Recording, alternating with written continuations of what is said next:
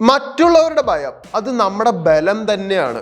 കാരണം മറ്റുള്ളവർ നമ്മളെ ഭയന്നാൽ നമ്മുടെ കാര്യങ്ങൾ എല്ലാം പെട്ടെന്ന് തന്നെ നടക്കും. എൻ്റെ അടുത്ത് ഒരു കൗൺസിലിങ്ങിന് ഒരാൾ ചോദിച്ചു, ആദ്യമൊക്കെ സംസാരിക്കുമ്പോൾ എല്ലാവരും എൻ്റെ അടുത്ത് റെസ്പെക്റ്റോടെ സംസാരിക്കും, പിന്നെ പോകെ പോകെ ആരും എനിക്ക് വില തരുന്നില്ല, ഞാൻ എന്താണ് അതിന് ചെയ്യേണ്ടത് എന്ന്. എന്തും കൊണ്ട് മറ്റുള്ളവരുടെ മുന്നിൽ വില കിട്ടുന്നില്ല. വില മാത്രമല്ല, മറ്റുള്ളവരെ നമ്മളെ കാണുമ്പോൾ പേടിക്കുക തന്നെ വേണം. നിങ്ങളൊരു ഡേഞ്ചറസ് പേഴ്സൺ ആവണമെങ്കിൽ നിങ്ങൾ ആദ്യം ചെയ്യേണ്ടത് നിങ്ങളുടെ നീക്കങ്ങൾ ആരോടും പറയരുത്.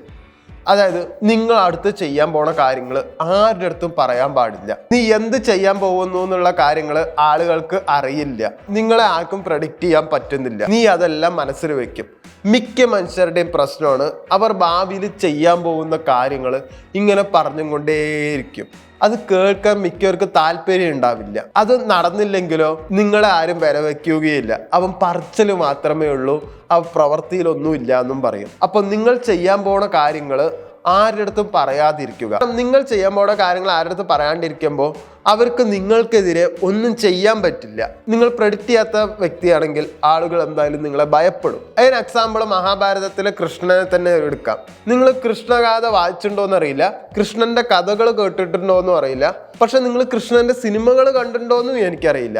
അങ്ങനെ കണ്ടിട്ടുണ്ടെങ്കിൽ നിങ്ങൾ കൃഷ്ണൻ എന്ന ക്യാരക്ടറിനെ എടുത്ത് നോക്കിക്കോളൂ. അടുത്തത് എന്താ നടക്കാൻ പോകുന്നതെന്ന് ആർക്കും പ്രെഡിക്റ്റ് ചെയ്യാൻ പറ്റില്ല. കൃഷ്ണന്റെ എല്ലാ കഥകളിലും അങ്ങനെ തന്നെ ആയിരിക്കും. ആൾ എന്താ അടുത്ത് ചെയ്യാൻ പോകണമെന്ന് ആർക്കും പറയാൻ പറ്റില്ല. എന്തെങ്കിലും ഒരു പ്രശ്നം വരുമ്പോൾ ചിരിച്ചും കൊണ്ട് നിൽക്കുകയുള്ളൂ. പക്ഷെ അവിടെ എന്തോ അവൻ ചെയ്തു വെച്ചിട്ടുണ്ട് എന്നുള്ളൊരു തോന്നലുണ്ടാവും. എന്താണ്, അവൻ ചെയ്യാൻ പോണ കാര്യങ്ങൾ ഒന്നും അദ്ദേഹം പറഞ്ഞിട്ടുണ്ടാവില്ല. എല്ലാവരും കൃഷ്ണനെ ധർമ്മപുരുഷനായിട്ട് പറയുന്നുണ്ടെങ്കിലും അദ്ദേഹം ഒരു അൺപ്രഡിക്റ്റബിൾ ആയിട്ടുള്ള പ്ലെയർ തന്നെയാണ്. കൃഷ്ണൻ മാത്രമല്ല, നിങ്ങൾ ജോക്കർ സിനിമയിലെ ജോക്കറിനെ എടുത്ത് നോക്കിക്കോളൂ. അദ്ദേഹത്തിന് എല്ലാം നഷ്ടപ്പെട്ട് കഴിഞ്ഞതിന് ശേഷം, അദ്ദേഹം ജോക്കർ ആയതിനു ശേഷം അടുത്തത് അദ്ദേഹം എന്താ ചെയ്യാന്ന് ആർക്കും അറിയണ്ട. എല്ലാവർക്കും പേടിയാവാൻ തുടങ്ങി, കാണണം നമുക്കും പേടിയാവാൻ തുടങ്ങി.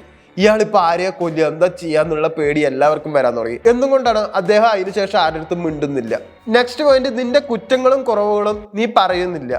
മിക്ക മനുഷ്യരും അത് പറയാറില്ല. പക്ഷെ ചിലവര് വിനയം കാണിക്കാൻ വേണ്ടിയിട്ട് സ്വയം അവരവരുടെ കുറവുകൾ ചിലപ്പോൾ ആദ്യം തന്നെ പറഞ്ഞു എന്ന് വരും. പക്ഷെ അത് ചെയ്യാൻ പാടില്ല. കാരണം നിന്റെ കുറ്റങ്ങളും കുറവുകളും അധികം പറഞ്ഞാൽ നിന്റെ പവർ നഷ്ടപ്പെടും, ആളുകൾ നിങ്ങളെ വില വയ്ക്കുകയില്ല. അതിന് മഹാഭാരതത്തിലെ കർണനെ എടുത്ത് നോക്കിക്കോളൂ. ആളുടെ പെയിന്, ഇൻസെക്യൂരിറ്റി, സ്ട്രെങ്ത് ഒന്നും ആരുടെ അടുത്തും പറഞ്ഞില്ല. അദ്ദേഹം തൻ്റെ സ്ട്രെങ്ത് കാണിക്കാൻ ആഗ്രഹിച്ചു, പലപ്പോഴും അത് നഷ്ടപ്പെട്ടു. പക്ഷെ ആളുടെ വിഷമം കാണിച്ചില്ല. അതുകൊണ്ട് എല്ലാവർക്കും അദ്ദേഹത്തെ പേടിയാവാൻ തുടങ്ങി. കർണനെക്കാട്ടിൽ ഏറ്റവും നല്ല എക്സാമ്പിള് ഗോഡ് ഫാദറിലെ മൈക്കിൾ കോർലിയോണിയാണ്. ഡോൺ കോർലിയോണിയിലെ മകനായ മൈക്കിൾ കോർലിയോണി. ഗോഡ് ഫാദർ 2ഓ 3ഓ കണ്ടാൽ നിങ്ങൾക്ക് മനസ്സിലാവും. അദ്ദേഹം കരയണത് ഒരിക്കലും പബ്ലിക്കായിട്ട് അദ്ദേഹം കാണിച്ചിട്ടേയില്ല. അതുപോലെ പാസ്റ്റിൽ നടന്ന ആളുടെ വേദനകൾ അയാൾ സംസാരിക്കുകയില്ല, ആരായിട്ട് ഡിസ്കസ് ചെയ്യുകയില്ല, വല്ലപ്പോഴും ഓർത്തിരിക്കുക മാത്രമേ ഉള്ളൂ. നെക്സ്റ്റ് പോയിന്റ്, പബ്ലിക്കായി വ്യക്തമായിട്ട് പറയാൻ പാടില്ല. നിങ്ങൾ എന്ത് കാര്യം പറയേണ്ട ആളുടെ അടുത്ത് പബ്ലിക്കായിട്ട് പറയാൻ പാടില്ല. അയാളെ മാറ്റി നിർത്തി ഒറ്റയ്ക്ക് ആ കാര്യങ്ങൾ പറഞ്ഞു നോക്കൂ. അയാൾക്ക് നിങ്ങളോട് ഒരു ബഹുമാനം തോന്നും. അത് സൗമ്യമായിട്ട് പറഞ്ഞു നോക്കൂ, അപ്പോഴും അവർക്ക് നിങ്ങളോട് ബഹുമാനം തോന്നും. അതുപോലെ പബ്ലിക്കിൽ ദേഷ്യപ്പെടാണ്ട് അവരെ ഒന്ന് ശരിക്കും ഗൗരവത്തോടെ നോക്കൂ, അവർക്ക് പേടി വരും. നോക്കുമ്പോൾ ഇടതേ കണ്ണിൽ നോക്കണം, വലതേ കണ്ണിൽ നോക്കുമ്പോൾ ലവിൻ്റെ ഹോർമോൺസ് ശരിക്കും പറഞ്ഞാൽ ആക്ടിവേറ്റ് ആവും. പക്ഷെ ഇടതേ കണ്ണിൽ നോക്കുമ്പോഴോ ഭയത്തിൻ്റെ ഹോർമോൺസ് ആക്ടിവേറ്റ് ആവും. അതുകൊണ്ട് ഇടതേ കണ്ണിൽ തുറച്ച് നോക്കുമ്പോൾ അവർക്ക് ഓട്ടോമാറ്റിക്കലി പേടി വരും. അതിന് ഏറ്റവും നല്ല എക്സാമ്പിൾ മഹാഭാരതത്തിലെ ശകുനിയാണ് ശരിക്കും പറഞ്ഞ മഹാഭാരത യുദ്ധത്തിന് തുടക്കമിട്ടത്. കൗരവരെയും പാണ്ഡവരെയും തമ്മിൽ തല്ലിച്ചത്, അവരെ മൈൻഗെയിം ചെയ്തത്, ഇതെല്ലാം ശകുനിയാണ്. ശകുനി അത് ചെയ്തത് എങ്ങനെയാണ്? പരസ്യമായിട്ട് വിളിച്ചു പറഞ്ഞിട്ടല്ല, ഓരോരോ ആൾക്കാരെ ടാർഗറ്റ് ചെയ്ത് അവരെ പേഴ്സണലി കൺവിൻസ് ചെയ്യുകയാണ് ചെയ്തത്. പൊളൈറ്റായിട്ടാണ് ശകുനി എല്ലാവരുടെ അടുത്തും സംസാരിക്കുന്നത്. പക്ഷെ അതിനോ ടോട്ടൽ ഡിസ്ട്രക്ഷനാണ്, സർവനാശമാണ് ഉണ്ടായത്. ശകുനി എന്ന ക്യാരക്ടർ അല്ലെങ്കിൽ ശരിക്കും പറഞ്ഞാൽ മഹാഭാരത യുദ്ധം ഉണ്ടാവില്ല. നെക്സ്റ്റ് പോയിന്റ്, നിന്റെ കഴിവ് നീ അഡ്വർടൈസ് ചെയ്യില്ല. ശരിക്കും പറഞ്ഞാൽ ഈ മോഡേൺ യുഗത്ത് നമ്മുടെ കഴിവ് നമ്മൾ പ്രൊമോട്ട് ചെയ്യണം എന്നാണ് പറയുക. പക്ഷെ നിങ്ങൾ ഡേഞ്ചറസ് ആണ് പേഴ്സൺ ആണെങ്കിൽ നിങ്ങളുടെ കഴിവ് നിങ്ങൾ തന്നെ പറയില്ല, അത് മറ്റുള്ളവരാണ് ശരിക്കും പറഞ്ഞാൽ പറയേണ്ടത്. കാരണം നിങ്ങളുടെ പവർ നിങ്ങൾ അനൗൺസ് ചെയ്യുകയാണെങ്കിൽ അതിന് അറ്റാക്കിന്റെ സാധ്യത വളരെ കൂടുതലാണ്. പക്ഷെ ഹിഡൻ ആയിട്ട് നിങ്ങൾ കൊണ്ടുപോവുകയാണെങ്കിൽ സർപ്രൈസ് ആയിട്ട് മറ്റുള്ളവരെ ഡൊമിനേറ്റ് ചെയ്യാൻ നിങ്ങൾക്ക് കഴിയും. അതിന് മഹാഭാരതത്തിലെ അർജുനനെ തന്നെ എടുത്തോളൂ. അർജുനന് ദ്രൗപദിയെ കല്യാണം കഴിക്കാൻ ആഗ്രഹിക്കണ വരെ അർജുനൻ കഴിവുള്ളവനാണെന്ന് ആർക്കും അറിയില്ലായിരുന്നു. ഏറ്റവും വേസ്റ്റ് ആയിട്ടുള്ള ഒരുത്തനായിരുന്നു. കഴിവ് റിവീൽ ചെയ്തത് റൈറ്റ് മൊമെന്റിലാണ്. ഇതിന് വേറൊരു ഉദാഹരണം കൂടിയുണ്ട്. നിങ്ങൾ ജോൺ വിക്ക് സീരീസ് എല്ലാവരും മിക്കവരും കണ്ടിട്ടുണ്ടാവും. ജോൺ വിക്ക് മിണ്ടാണ്ട പാവത്താനെ പോലെ ആയിരിക്കും. പക്ഷെ ഒരു ഫൈറ്റ് വന്ന ജോൺ വിക്ക് എന്തൊക്കെ ചെയ്യും? 100 പേര് വന്നാലും 1000 പേര് വന്നാലും അവരെല്ലാവരും വെടിവെച്ച് ജോൺ വിക്ക് കൊന്നിരിക്കും. അതുകൊണ്ടാണ് എല്ലാവരും അദ്ദേഹത്തെ ബാബായാഗ എന്ന് വിളിക്കുന്നത്. ആ കൂടെ ജോൺ വിക്ക് ലാസ്റ്റ് സീരീസിൽ ജോൺ വിക്കിന് വെറും 4 ഡയലോഗേ ഉള്ളൂ. എന്നിട്ടും അദ്ദേഹത്തെ എല്ലാവരും പേടിക്കുന്നു. എന്തെങ്കിലും ഒരു പ്രശ്നം വരുമ്പോൾ, ഒരു ഗ്രൂപ്പ് ഓഫ് പീപ്പിളിന്റെ പ്രശ്നം നടക്കുമ്പോൾ, അത് നിങ്ങൾക്കെതിരെയാണ് പ്രശ്നം വരുമ്പോൾ നിങ്ങൾ കാമായിട്ടിരിക്കണം. അതൊരു ഡേഞ്ചറാണ്. കാരണം ഇവന്റെ മനസ്സിൽ എന്തോ ഇവൻ കണക്ക് കൂട്ടിയിട്ട് എന്നുള്ള തോന്നൽ മറ്റുള്ളവർക്ക് എന്തായാലും വരും. അതുകൊണ്ട് എന്തെങ്കിലും വരുമ്പോൾ പൊട്ടിത്തെറിക്കാണ്ട് കാമായിട്ടിരിക്കുന്നതായിരിക്കും നല്ലത്. പൊട്ടിത്തെറിക്കുമ്പോൾ ആ സീന് വഷളാവുകയും ചെയ്യും. നിങ്ങൾ അവിടെ തോറ്റും കൊണ്ടിരിക്കുകയാണ്. ദേഷ്യപ്പെടുന്ന ആളെ മിക്കവരും സപ്പോർട്ട് ചെയ്യുകയില്ല. നിങ്ങൾ ചിലപ്പോൾ ഒറ്റപ്പെട്ടു എന്ന് വരും. അതുകൊണ്ട് കാമായിട്ടിരിക്കുക. ഇതിന്റെ എക്സാമ്പിൾ ആയിട്ട് എനിക്കൊരു സിനിമയാണ് ഓർമ്മ വന്നത്, ആനിബാർ ലെക്ചർ. അദ്ദേഹം ഒരു മർഡർ നടത്തുമ്പോഴും മർഡർ നടന്നിട്ടും ആള് കാമാണ്, ആൾക്കൊരു പ്രശ്നമല്ല. നെക്സ്റ്റ് പോയിന്റ്, നീ തോൽവി ഭയപ്പെടുന്നില്ല. അതായത് തോറ്റു പോകുമെന്നുള്ള പേടി വേണ്ട. പലപ്പോഴും പലരും പറയണ കേട്ടിട്ട് തോറ്റു പോകുമെന്നുള്ള പേടി നമുക്ക് വേണം എന്നുള്ളത്. എനിക്കും ആ പേടിയുണ്ട്. കാരണം തോറ്റു പോകുമെന്നുള്ള പേടി കാരണം ഞാൻ ജയിക്കാൻ വേണ്ടിയിട്ട് പലതും ചെയ്യാറുണ്ട്. അങ്ങനെ ചെയ്യുകയാണെങ്കിൽ ഓക്കെ. അല്ലാണ്ട് തോറ്റു പോകുമെന്നുള്ള പേടി കാരണം പേടിച്ച് ടെൻഷൻ ആവുകയല്ല നിങ്ങൾ ചെയ്യേണ്ടത്. അതുകൊണ്ട് തോറ്റു പോകുമെന്നുള്ള പേടി പാടില്ല.